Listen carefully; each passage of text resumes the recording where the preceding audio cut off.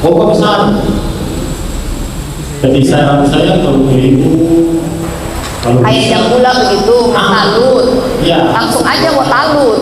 Iya. Ya. Terus yang kedua, saya salah satu ini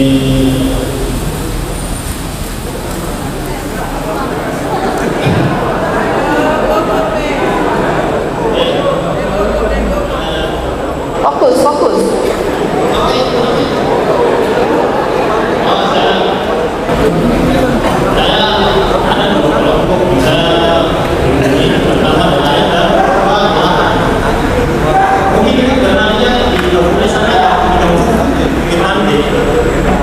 itu tuh sampai sekarang belum tersentuh bantuan pemerintah.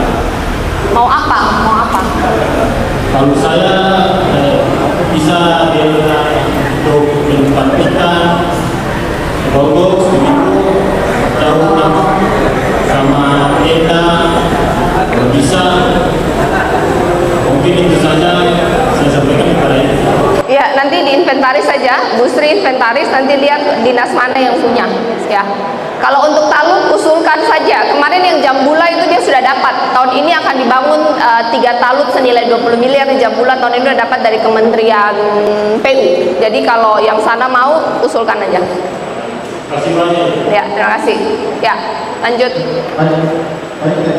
Ini yang berhubungan dengan KUR aja dulu, jam terbatas ini, Bang, tunggu. Ayo, terus. Baik, terima kasih Ibu Tabia. Masih tetap dengan topik yang sama, yaitu dengan KUR.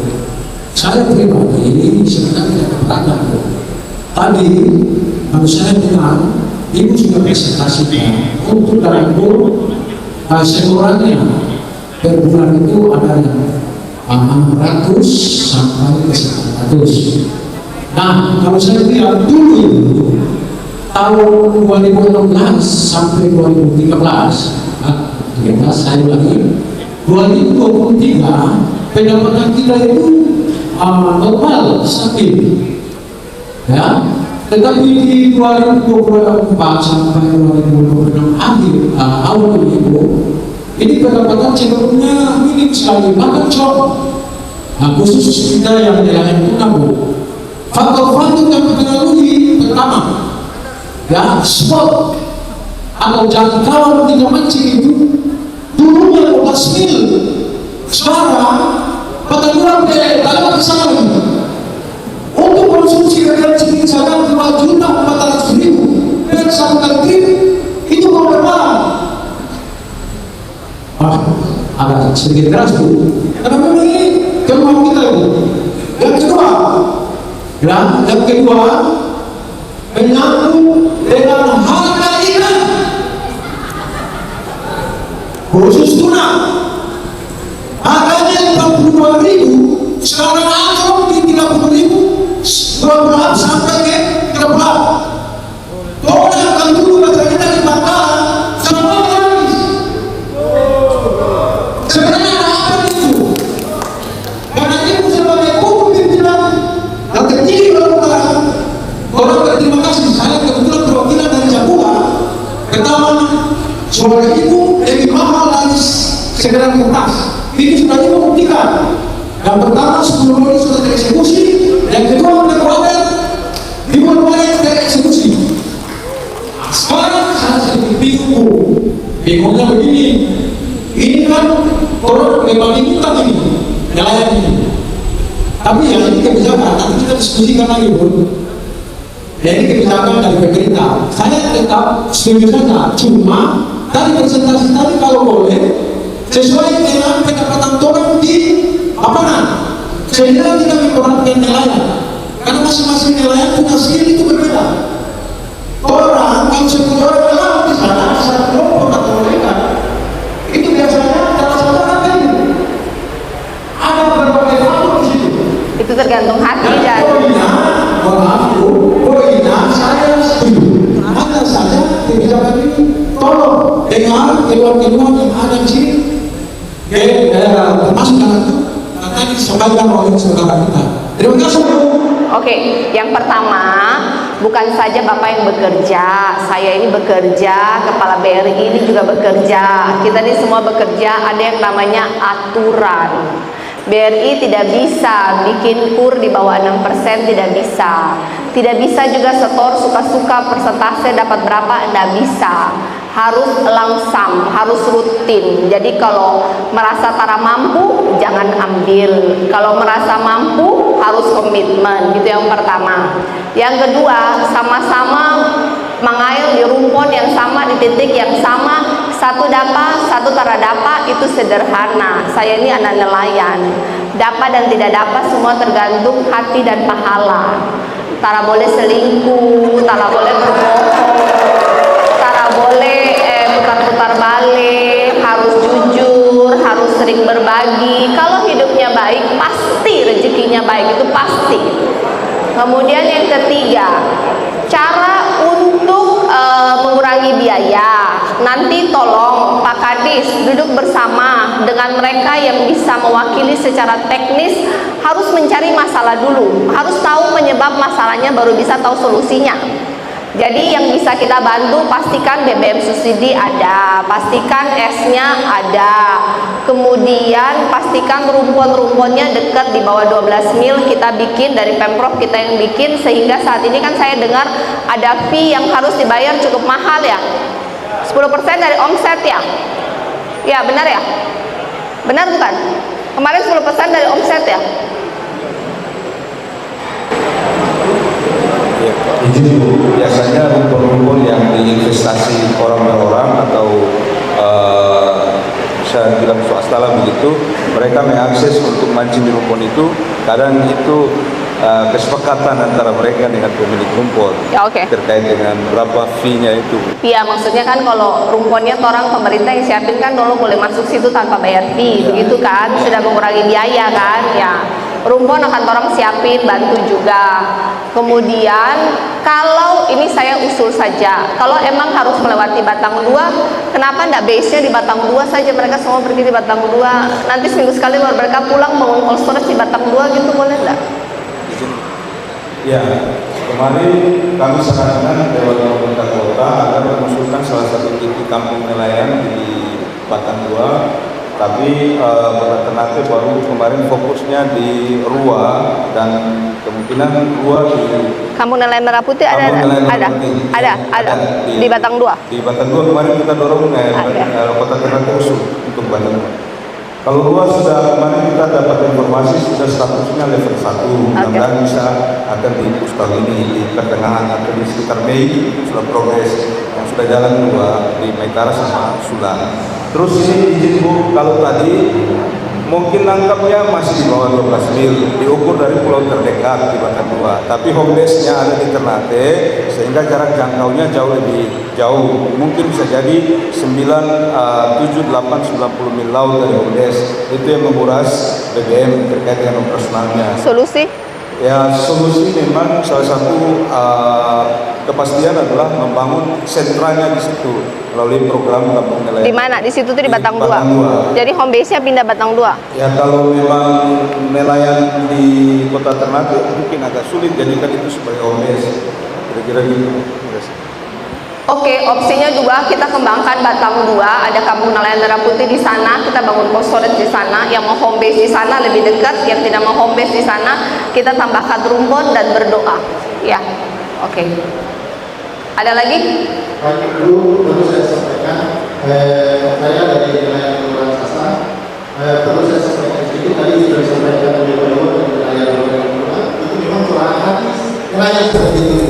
Nah, yang perlu saya sampaikan, kita ada perkembangan nelayan terjadi pada saat rumput itu kita makan, besoknya rumput itu. Nah, kita bisa salah dengan itu orang itu satu lagi, dong itu jadi. Otomatis harus jadi kita semua bisa sama begitu. Otomatis sudah pasti kita sudah kurang. Nah, supaya itu semuanya kalau ada kemudian produksi untuk membuat produk tersebut, kalau bisa sampai 20% begitu begini. Soalnya kalau 20% itu akan selesai. Begitu. Nah, yang kedua, bagaimana masalah kita dan sebagainya ini kan nilainya ini kalau kita mahal berharga dapat kita bukan kasihan BBM Dan beda dari itu supaya dimensi harganya kecil lagi itu adalah harga sendiri. Nah, terus yang ketiga, saya minta supaya bagaimana menggunakan kemampuan dari pemerintah provinsi atau pemerintah alternatif kalau bisa pakai data begitu. Karena kalau data begitu itu pasti jelas. Mungkin seperti itu. Jadi digunakan oleh data begitu itu dan saya digunakan sebagai Baik, itu ya terkait dengan rumpun ini untuk diketahui bahwa kewenangan mereka lihat, kewenangan pemanfaatan, kewenangan pengawasan pemerintah daerah itu hanya sampai di 12 bulan. Nah, jadi kalau rumpun-rumpun yang biasa digunakan oleh bapak-bapak teman-teman mancing yang di atas 12 laut biasa itu sudah punya orang, terutama yang juga dari luar yang kebetulan memang secara wilayah pengelolaan perikanannya itu juga berada dalam satu kawasan wilayah pengelolaan. Jadi mereka naruh di situ kapal mereka mancing, kita juga tidak bisa melarang itu karena izinnya dikeluarkan oleh pemerintah pusat. Kementerian. Ya. Nah, kita mengatur di bawah 12 mil dan berharap bagi yang pengusaha rumpun yang ada di bawah 12 mil nanti akan segera juga kita panggil, kita ini mengatur terkait dengan kompensasi kaitan dengan nilai dari fee yang biasa disebut oleh nelayan kita itu kalau memang terlalu tinggi juga ini akan ya.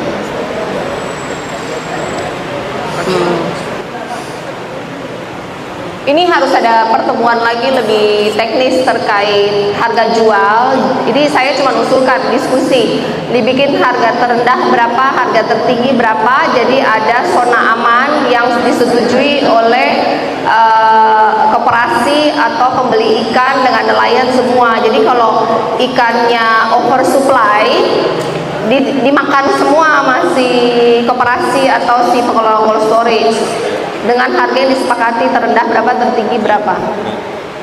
Ya, khusus untuk tuna, mungkin Pak Haji ada di sini. Ini lebih terkait dengan masalah harga, kaitannya dengan akses pasar global. Kebijakan perang ini kemudian dia berdampak terhadap harga sehingga cukup jauh turun, yang tadinya sudah di level 40 sekian ribu per kilo, sekarang ada turun karena ini kebijakan Trump berdampak terhadap akses pasar global. Ya. Ini nelayan semua sudah punya akses ke BBM subsidi belum? Semua dapat. Ini semua sudah pakai BBM subsidi dan masih terasa berat ya? Iya. Ada enggak yang nggak dapat BBM subsidi? Nggak ada, ya. Memang secara global, secara internasional harga ikan itu turun sehingga berdampak kepada siapapun yang beli di sini dan berdampak kepada masyarakat, dan harga BBM-nya sendiri juga walaupun subsidi juga agak sedikit naik ya. Itu nanti teknis dibahas. Intinya hari ini adalah tentang KUR. Jadi bagi yang merasa mampu, terserah mau 35, 40, 45, 50 lanjut dengan BRI. Yang merasa belum mampu, kayaknya saya tidak mampu, saya mau pikir-pikir dulu, jangan. Kita tidak pernah dengar, saksi semua ya, Pemprov tidak pernah memaksa kalian untuk KUR. Pemprov ini fasilitator untuk mengumpulkan nelayan yang sudah kita personal garanti kepada BRI untuk BRI memberikan KUR. Bagi yang mau dan bagi yang mampu, bagi yang mau komitmen, bagi yang mau disiplin saja. Bagi yang belum mau ada komitmen dan disiplin, jangan. Kemudian dari body kita akan bantu Pemprov sesuai dengan usulan dari BRI, dan kemudian kriteria-kriteria yang harus dipenuhi kita akan bantu mesin. Setuju? Oke, ada pertanyaan lagi? Yang berhubungan dengan KUR. Hanya yang berhubungan dengan KUR. Ya. Ya, bisa apa? Terima kasih Ibu, Bapak Pembicara, Bapak Ibu, Bapak Dari. Usaha saya bahasa dengan ikan kude. Saya pernah tahu mancing bunga, mancing kepala, pas-pasan. Cuma data ada Pak saya. Jadi setiap bulan itu saya sering kasih data. Karena dapat kalau tidak. Alhamdulillah. Terus masalah bantuan itu mungkin belum tinggi saya. Begitu. Setiap tahun saya pakai titik dulu. Dan Rezeki untuk apa? mungkin belum dapat bantuan. Belum rezeki untuk kur atau belum rezeki untuk dapat bantuan? Bantuan. Terus karena kulit, Bapak asing sekolah kulit. terus karena kulit itu pertama saya pindah itu dari 15 juta, Pak. 15 juta itu pakai surat ini perahu sama usaha semua. Jadi dapat. Dapat itu sudah dapat, bisa berjalan waktu naik lagi 30 juta. Oh, plafon naik. Berarti cicil lancar. Alhamdulillah naik sampai 50 juta. 50 juta itu berbulan saya bikin dorong sama bunga 1.550 rupiah, 50 ribu itu tergantung bunga sama kontrak. Sekarang cuma 900 ribuan. Transaksi sekarang 50 juta itu 1.500.000 Lunas belum? sudah lunas itu sampai bulan. Berapa? Aku bilang 50 sih sebenarnya mau kasih 100 juta. Cuma saya bilang sesuai saya dengan kemampuan. Jadi sekarang ambil 50 juta lagi. Dulu sudah berjalan 1 tahun, karena 2 tahun lunas. Sementara ibu gubernur bicara bersama gubernur, saya ini masih ada hutang juga itu. Gimana sama mesin itu kalau Bapak sudah punya kapal dan mesin. ya tapi jelasin sama Ali Tapi kan Bapak sudah punya kapal dan mesin. sudah lama. Oh, mesinnya sudah lama. Baru saya akan jual beli uang pribadi saya. Tapi alhamdulillah mungkin Ya udah, nanti koordinasi dengan penyuluh data-data nelayan yang sudah mandiri, yang sudah berprestasi, yang sudah berusaha sendiri akan kita berikan apresiasi. saya sama kebetulan saya juga kemarin dari Sudah punya kapal. Jadi ini mau nambah lagi atau mau apa ini? sekarang itu Oh, mau nambah lagi atau tak ada? Kapal seberapa? Masing-masing kapal berapa? apa itu kalau berbeda dari pribadi. Iya, kapal 1, K2, K3, K. Bapak kur dari 15 juta, 30 juta, 50 juta lunas, 50 juta lagi kapal cuma 1. Terus Bapak kur ulang itu bikin apa? Gaya hidup. Kan usaha kita cuma bahan. Anak kita sekolah. Ya bukan begitu Pak caranya. Caranya itu Bapak beli kapal 1, lunas, kur lagi, beli kapal 2. Itu begitu, dulu masih kepiting saya dulu itu masih kepiting. Kapal Sampai sekarang masih ketinting. sudah bisa nebeng. Tapi masih ketinting. Masih berapa GT? 2 GT. Nanti kelas berikutnya saya kasih namanya literasi keuangan ya. Jadi kur itu hanya boleh dipakai untuk hal-hal yang produktif. Dari 1 kapal jadi 2 kapal, 2 kapal jadi 3 kapal, 3 kapal jadi 4 kapal. Bagi hasil itu yang benar. Hasil dari kapal-kapal itu setelah sudah lunasin kur itu yang dipakai untuk gaya hidup, makan, anak kuliah. Bukan kur tambah terus, lunas, kapal tidak bertambah, tapi kurnya dipakai buat gaya hidup, itu salah. Cuma di sini saya jadi maksudnya kalau bicara itu ya saya dari Sudah bagus, Bapak kur berhasil, tidak macet, tanggung jawab itu berhasil. Kesalahan Bapak adalah Bapak sudah kur sampai sudah lunas 3 kali, 4 kali, tapi kapalnya tidak bertambah. Coba kalau hari ini Bapak kapal suampa, begini sukaya.